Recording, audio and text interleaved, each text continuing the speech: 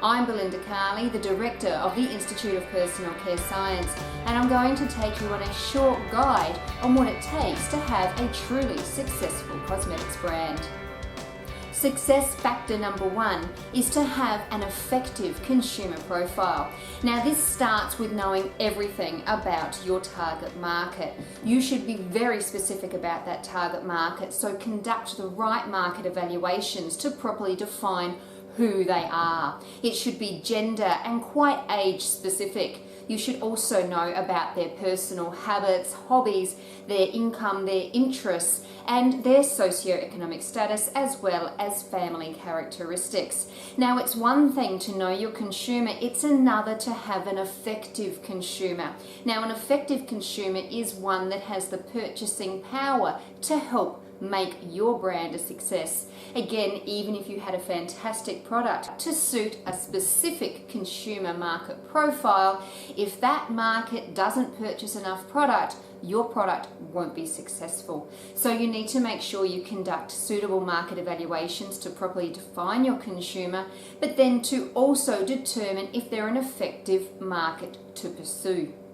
You also need to check what your competition is doing. Do not come out with a product just because someone else has done it and had a runaway success. In fact, that's probably the worst reason to come out with a particular type of product. You need to make sure your product fulfills its specific niche and is different from others out there on the market. Otherwise, a consumer will just keep using what they're already using, what they already know, and what they already love. They're not going to switch brands just because you're offering the same thing. And often you won't be able to do it any cheaper than a competitor if you want to make a profit. So make sure you have a unique position with your product that suits your target market and will effectively sell with them. And finally, have a look what's already in the marketplace. If your product idea isn't there, think about why it isn't there. Is it a regulatory issue? Is it a price issue? Can the ingredients actually provide the performance you're looking for? Will there be a suitable shelf life achieved with your proposed product? Can the product actually be produced in commercial quantities? Now, if you can answer all of those things and you have a unique idea, you already have the potential for a brand success. Success factor number 2, make sure your product is fantastic. Now, one of the things we see is people look at the costs of research and development as exactly that, a cost, when really research and development is an investment in your product's performance in the marketplace. You need to have a fantastic performing product that fully delivers on what your target market needs and expects. And remember, it needs to be different to what's already out there in the marketplace. So you need to be prepared to invest in good research and development.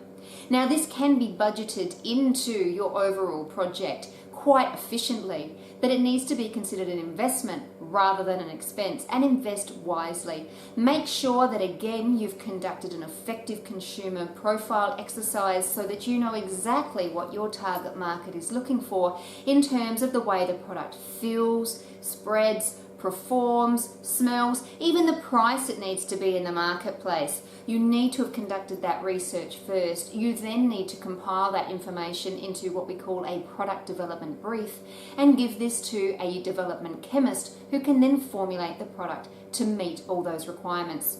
Now remember, just because you've done the research and written it all out in a brief doesn't mean it can always be created exactly that way in a lab. So you'll need to develop a good relationship with your formulation chemist to discuss your brief and find out if there are any regulatory or compatibility issues with what you're asking them to achieve. Sometimes you may need to change the product to achieve regulatory and formulation compatibilities. And if you do need to make those changes, will it still fit your unique and effective consumer profile? If it doesn't, you'll need to start again or think about coming at it in a different way. If it does, then you've succeeded with step 2 of creating a successful product. Success factor 3, make sure your product is in the right place at the right time at the right price. Now, you can have the best product in the world, but if no one knows about it, you're not going to sell a single unit. So investing in a very comprehensive and well thought out media plan is crucial to your brand success. We've already talked about making sure you have an effective consumer profile. That means you've got enough consumers that are going to want to purchase your product. We've talked about you having a fantastic product that your consumer's going to want and love. Now you need to make sure they know about it. So where are you going to sell the product? How much are you going to sell it for? And most importantly, how are you going to make sure that your target market finds out about it? Now remember, even if you have an absolutely fantastic product and you've made it suit your target market needs perfectly, you now need to convert them from using their current product. And that can take multiple exposures from different media sources over a prolonged period of time. So you need to plan for it carefully. You need to make sure that your media plan covers different angles so that they hear about your product from different media sources, and the media sources again will be dictated and determined largely by the type of consumer market you're aiming for. So you need to make sure you're in the right media at the right time to fully attract your target market, to get them to hear about your product and want to purchase it. Now, if you can achieve all these things and have enough repeat exposures to that media, your consumer will eventually try your product. And remember, if you've invested in good research and development, they'll love it when they try it, and you'll convert them to purchasing your product. You'll now have achieved success factor number 3. Now, onto one of the most important success factors, and that's success factor number 4. And that is making sure you have the financial stamina and have suitable profit. Now, this one can often be assumed that it will be achieved far too easily than it actually will. What you need to remember is that you will need to make considerable purchases of quantities of products at the start. So you'll be investing considerable funds in the early days. You need to make sure that you are producing, in many cases, up to 3 years worth of projected sales of stock to achieve good economies of scale. This means significant upfront purchases in terms of product and packaging. You'll need to make sure that you have a fantastic product with good stability so that it will achieve the required shelf life, so that you can order 2 to 3 years of stock at the start so that you can economize on scale. This will enable you to create a fantastic product at the best possible price. A lot of companies, when they first start out, think that if they just add a certain percentage of profit to the cost of the actual manufacturing, that they'll make suitable profit at the end of it. That's not the case. You need to plan out how much that unit is going to cost to manufacture. You need to also plan out your sales force, your distribution, your media plan, and remember, that needs to be a very well thought out media plan to maximize exposures over multiple media sources over the 2 to 3 year period, so that people have enough exposures to your product to want to try it. And of course, remember, you need suitable investment in R&D to make sure it's a fantastic product so that once they've tried it, they'll want to buy it. So make sure that you have the financial stamina you're going to need, and that means good cash flow analysis, projections and allowances to cover upfront purchases, as well as ongoing and usually quite significant media investments. If you can achieve all these things, you'll have achieved a very important success factor number 4. Finally, success factor number 5. Know what to expect.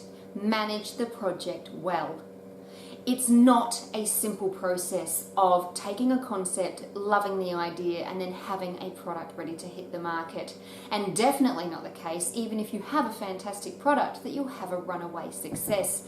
Because again, even if you have the best product in the world, if no one knows about it, you're not going to sell a single unit. It's multiple factors combined. And did you know that even if you have a very smooth running project, it typically takes at least 9 to 12 months to go from the concept through to launch of that product.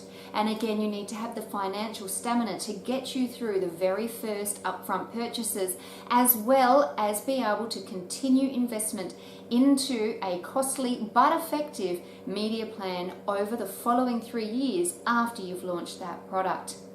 So make sure that you understand project management well, to make sure you're keeping all the research and development, packaging, procurement, stability testing, upscaling and pilot batch testing, as well as manufacture within a very specified time frame.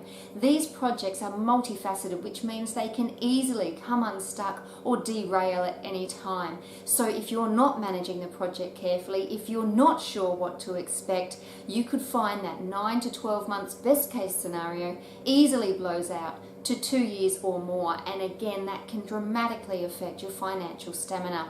So make sure you get the tools, the skills and the know-how to know what to expect and manage your projects successfully.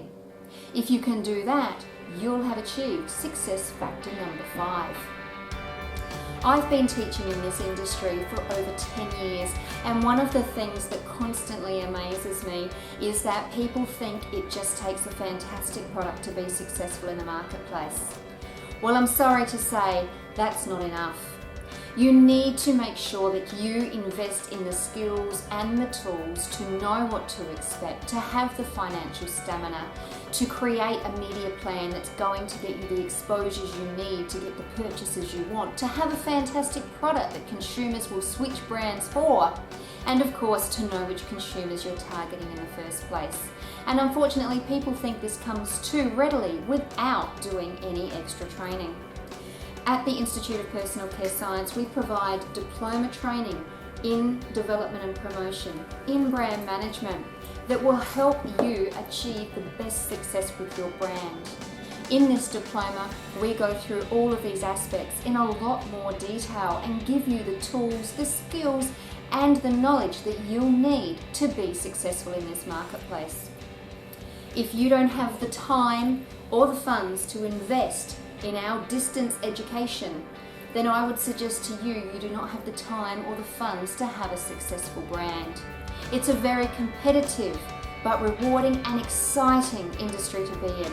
But make sure you are fully informed of what it takes to be a successful brand or build your brand's success so that you can have the best chance of achieving that in the marketplace.